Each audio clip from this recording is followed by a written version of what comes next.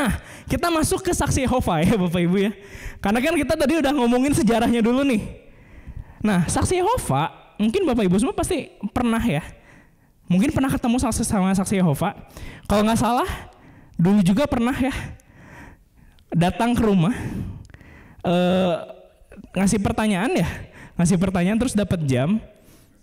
Ngasih buku. Iya, ngasih buku ya. Ngasih buku bener. Nah itu tuh saksi Yehova. Jadi saksi Yehova tuh emang gerakannya tuh door to door. Kayak sales ya. Door to door.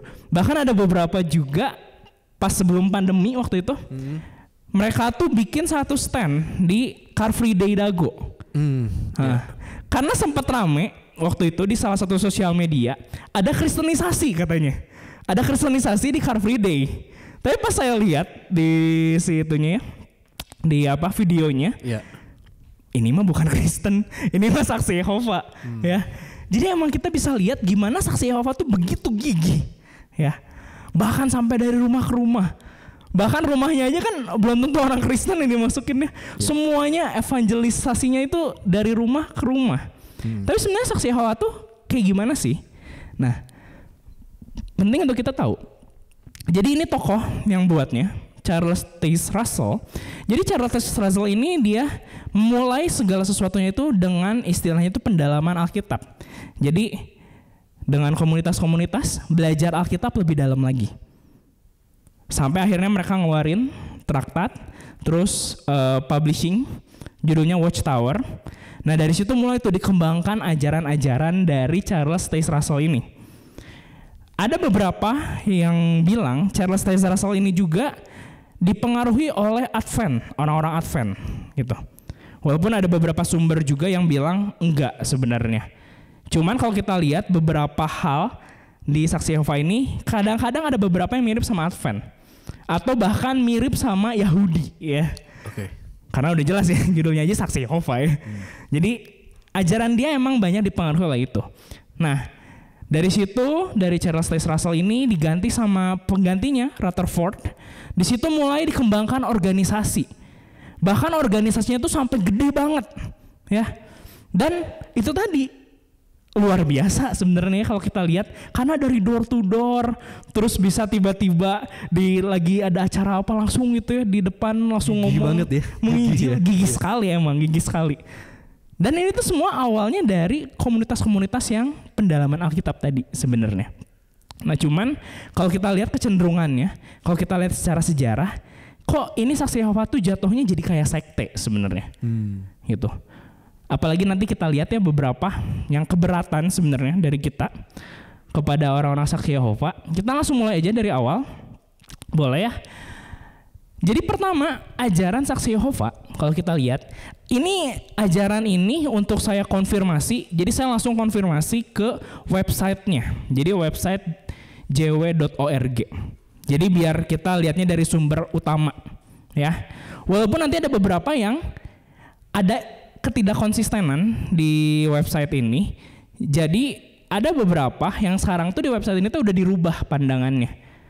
Padahal kalau kita lihat dari kesaksian-kesaksian yang dulunya, terus kita lihat dari majalah Watchtower zaman dulu, sebenarnya mereka tuh nggak megang yang sekarang ini nih. Ini tuh diralat nih beberapa. Yeah. Nanti akan saya bahas ya beberapa yang diralat.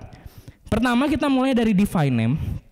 Jadi saksi Yehova percaya bahwa satu-satunya nama sejati Allah, namanya harus digunakan untuk mengidentifikasi dia adalah Yehova.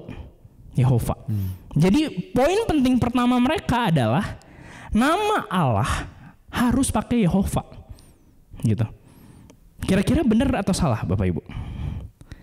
Boleh. Kalau di bahasa Inggris itu Jehovah ya? Jehovah. Kalau di Indonesia Yehuwa ya? Yehova sebenarnya ya. Bisa Yehuwa juga. Gimana kira-kira Bapak Ibu benar atau salah? Nama Allah teh harus Yehova, nggak boleh yang lain. Yahweh, betul. Gimana Bapak Ibu kira-kira? Benar atau salah?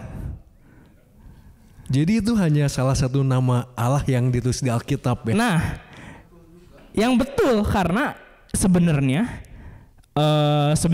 bukan Yehova atau Yahweh ya, karena kita nggak tahu gimana cara bacanya. Karena itu 4 konsonan, YHWH.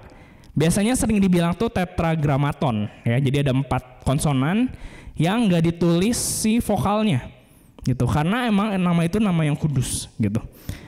Nah, jadi kalau kita lihat sebenarnya di Alkitab kita, Tuhan tuh dikenal oleh banyak nama sebenarnya ya. Jadi apakah harus Yahweh, Jehovah? Enggak, karena kita lihat di Alkitab aja banyak namanya. Yang pertama, pada mulanya Allah menciptakan langit dan bumi. Allah di sini Elohim. Elohim itu bentuk plural dari El ya, dari Allah. Jadi Elohim. Terus, akulah Allah yang maha kuasa. Allah yang maha kuasa di sini El ya, Allahnya El. Maha kuasanya Shaddai ya. Berikutnya ada di Mazmur juga, besarlah Tuhan kita dan berlimpah kekuatan kebijaksanaannya tak terhingga. Itu pakai Adonai. Jadi kalau kita lihat di Alkitab sendiri banyak ya. Nggak harus tetragrammaton, YHWH, Yahweh ya. Bahkan kalau kita lihat kan itu perjanjian baru nih. Abis perjanjian baru ada abis perjanjian lama ada perjanjian baru ya. Kita lihat Yesus pas ngomong nama Bapa, nama Allah, pakainya apa? Apakah pakai Yahweh? Enggak.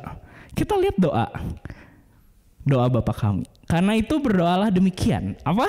Bapa.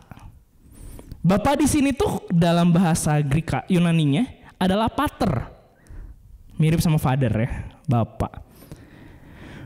Bukan cuman Tuhan Yesus doang yang bilang Bapa. Bahkan kalau kita lihat para rasul juga sama. Kasih karunia dan damai sejahtera dari Allah Bapa, Theo, Allahnya Theos ya. Patros itu sama kayak pater. Jadi kalau kita lihat di sini, bahkan di perjanjian baru pun dipakainya apa? Bapa. Tuhan Yesus sendiri bilangnya Bapa.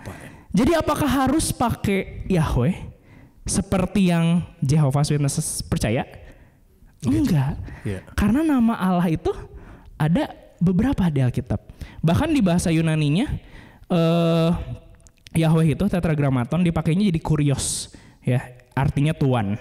Jadi beda lagi ya. Itu dari Septuaginta kalau nggak salah. Jadi dari salah satu terjemahan Alkitabnya.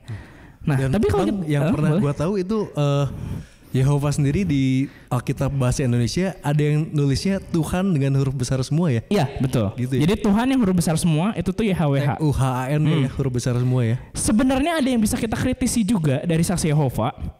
Karena sebenarnya kan saksi Yehova bilangnya nama Tuhan tuh harus Jehovah.